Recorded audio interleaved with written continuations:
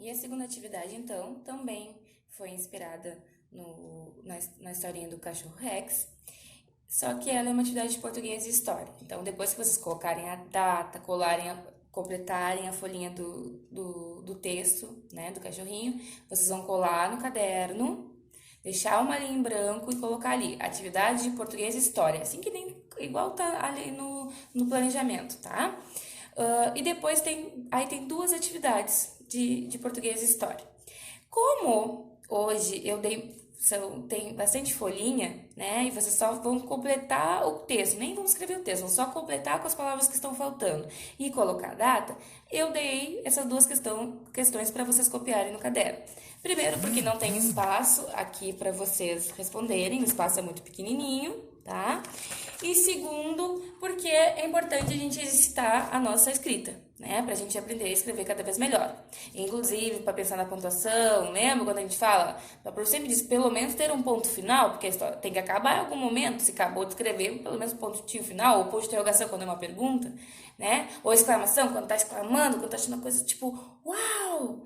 Né? Bom, então, a primeira tarefa ali da atividade de português e história, diz o seguinte: depois de conhecer a história do Rex, me deu uma vontade imensa de saber se tu tens ou já tivestes um bichinho de estimação. E aí pode ser um gato, um cachorro, um papagaio, um periquito, até uma minhoca vale, contanto que seja de estimação. Então vocês vão me responder se sim ou não. Eu sei que praticamente todo mundo já teve, tá? Porque eu lembro da gente falar sobre isso na sala e todo mundo me contou alguma coisa que ou já tem atualmente um bichinho de estimação, ou já teve algum dia, né? Vale um peixinho, vale um cachorrinho, vale um gatinho, vale até uma formiga, contando que ela tenha sido estimação, tá? Então, vai responder ali o número 1, e depois a questão número 2 é o seguinte: vai copiar ali no caderno, também é bem pequenininha, não precisa reclamar que eu botei um monte de coisa, né? Vai completar o número 1, deixar uma linha em branco e botar a questão número 2. Que tal me contar um pouco sobre ele, sobre esse animal de estimação, e o que vocês costumam ou costumavam, né, a fazer juntos? Quero saber se tiveram alguma aventura juntos. Não me poupe os detalhes. Então, prof, eu tenho 2 animais de estimação. Pode escolher um ou pode falar sobre os 2. Eu quero que vocês me contem qual é o nome dele ou qual era o nome dele, se vocês não têm mais esse animalzinho.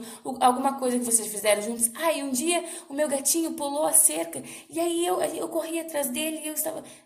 É uma aventura, porque vocês estavam atrás dele quase que, né, detetive lá para buscar ele de volta. Um dia eu fui pra praia junto com o meu cachorrinho e a gente fez várias brincadeiras na praia. É uma aventura que vocês viveram juntos. Um dia, meu gatinho quase comeu o peixinho da vizinha. É uma aventura também. É uma história que vocês têm juntos, né? Lembra que eu sempre digo para vocês que todo mundo sempre tem uma história? Assim como os lugares também têm uma história? Bom, os nossos bichinhos de estimação também têm a sua história. Vocês podem, inclusive, me contar a história de como vocês adotaram eles. Como é que eles vieram parar na casa de vocês? Por que vocês escolheram o nome desse animal de estimação? Tá? Não precisa ser muito grande, mas eu quero que vocês escrevam alguma coisa sobre esse animal de estimação para eu conhecer mais sobre ele. Prof, mas eu tenho a ideia, mas eu tô com dificuldade de escrever. Me manda áudio, me manda mensagem, me pergunta. Eu queria escrever aquela palavra, mas eu não lembro. Bom, 2 dicas. Primeira, fala com a prof, né? Ou com um adulto que esteja próximo de vocês, que possa ajudar vocês. Segundo,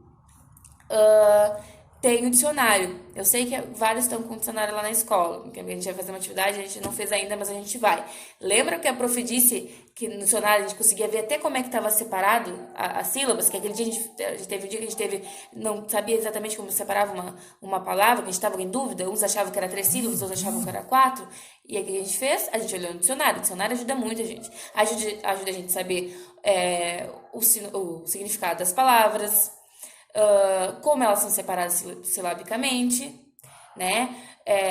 Também ajuda a gente a saber, será que essa palavra é escrita com um F? E será que ela tem o R depois?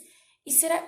Sabe? Ela nos ajuda muito em todas essas questões. Então, também tem a função do dicionário. E tem dicionário até online, vocês sabiam? É só escrever ali na internet, dicionário que aparece o dicionário online para vocês. Hoje em dia é muita facilidade, muita facilidade. Eu tinha dicionário online quando eu era de vocês.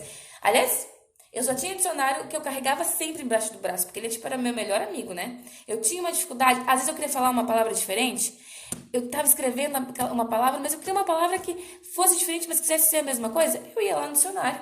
E ele me dava todas essas dicas. É um ótimo amigo.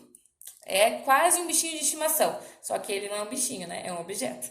Bom, terminadas as duas questões da atividade de português e história, tem a atividade de matemática. E aí vocês vão deixar uma linha em branco lá, depois que vocês responderam a questão número 2, escrever atividade de matemática. Lembra que a gente precisa saber quais as disciplinas que a gente está trabalhando, né? E aí, a atividade de matemática também é uma folhinha. Eu facilitei demais para vocês hoje, tá muito fácil.